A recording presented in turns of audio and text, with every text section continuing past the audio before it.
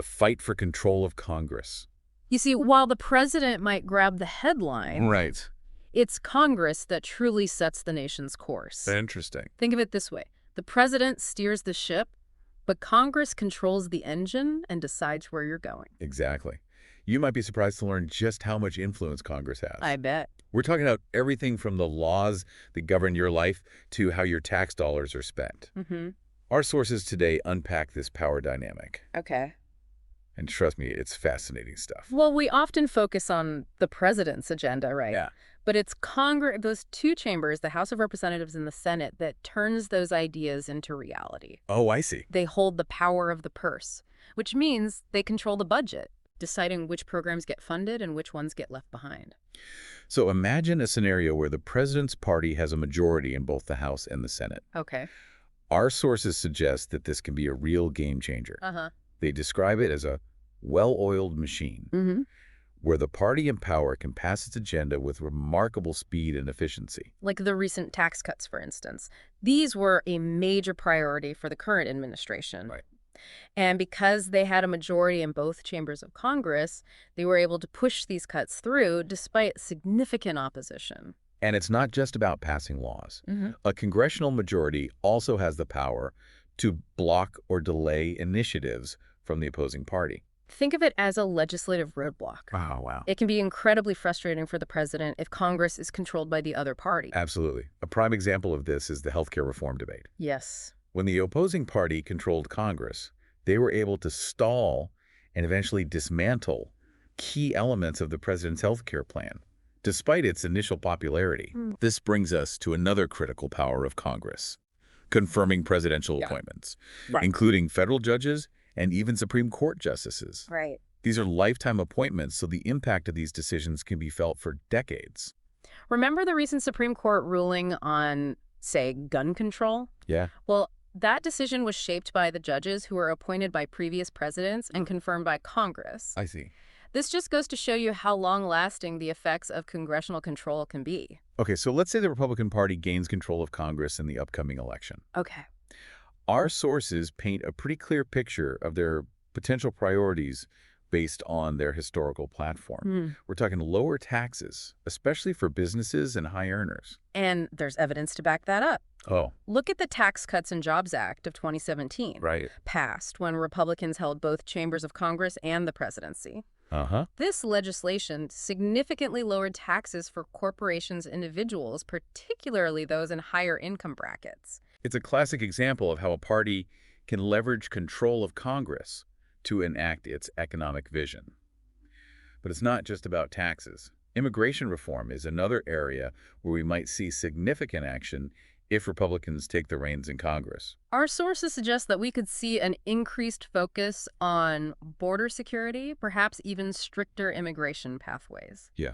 This is a complex issue with strong opinions on both sides. Right.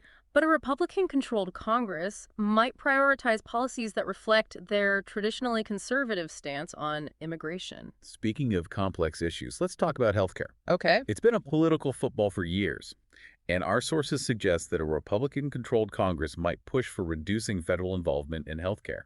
Think of it as a shift towards more state control or a greater reliance on private insurance. This would represent a departure from the current administration's approach, which has emphasized a larger role for the federal government in healthcare. So less big government and more power to the states. That seems to be the direction. That's definitely a theme we're seeing emerge here. But what about social policies?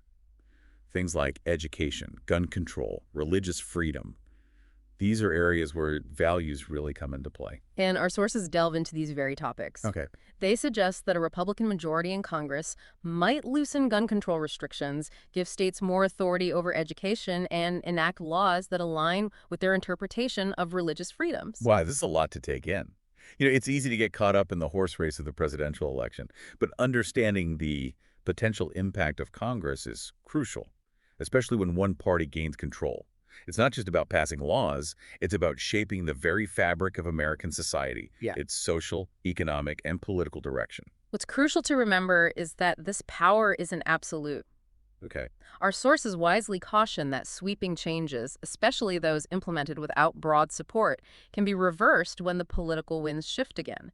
Think of it as a pendulum swinging back and forth between different ideologies and priorities. And let's not forget about the people. Public backlash can be a powerful force for Girl. change. Yeah. Policies that are deeply unpopular, seen as too extreme, Right. can spark movements, Yeah. protests, and ultimately a shift in the political landscape. Remember the backlash against the attempt to repeal the Affordable Care Act? Oh, absolutely. Millions of people mobilized, contacted their representatives. Their voices heard. That public outcry played a significant role in derailing those efforts. Right. It's a potent reminder that even with a congressional majority, ignoring the will of the people comes with risks. So you're saying that winning Congress is one thing, but governing effectively, especially on controversial issues, requires a more nuanced approach. Precisely. It's a balancing act. Our sources suggest that policies enacted without broad support are often vulnerable to being reversed when the political winds change. For example, let's circle back to taxes. While a Republican-controlled Congress might prioritize tax cuts. They also need to consider the potential long-term impact on the national debt and the potential for exacerbating income inequality. These are complex issues with no easy solutions. Exactly. And speaking of complex issues, our sources delve into the potential impact of a Republican-controlled Congress on education.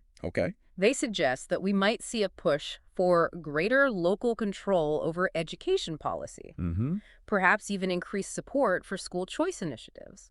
This aligns with the Republican Party's general philosophy of limited government and greater individual choice. However, it's essential to consider the potential implications for educational equity and access.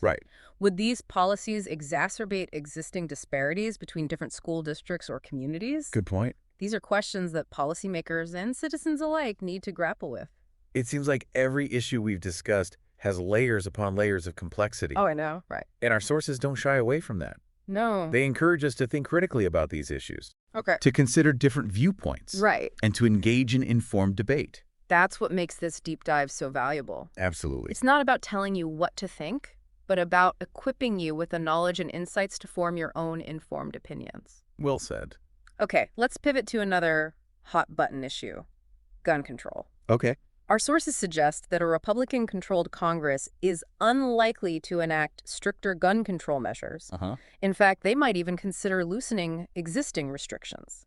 This aligns with the Republican Party's historical stance on the Second Amendment and their generally more permissive approach to gun ownership.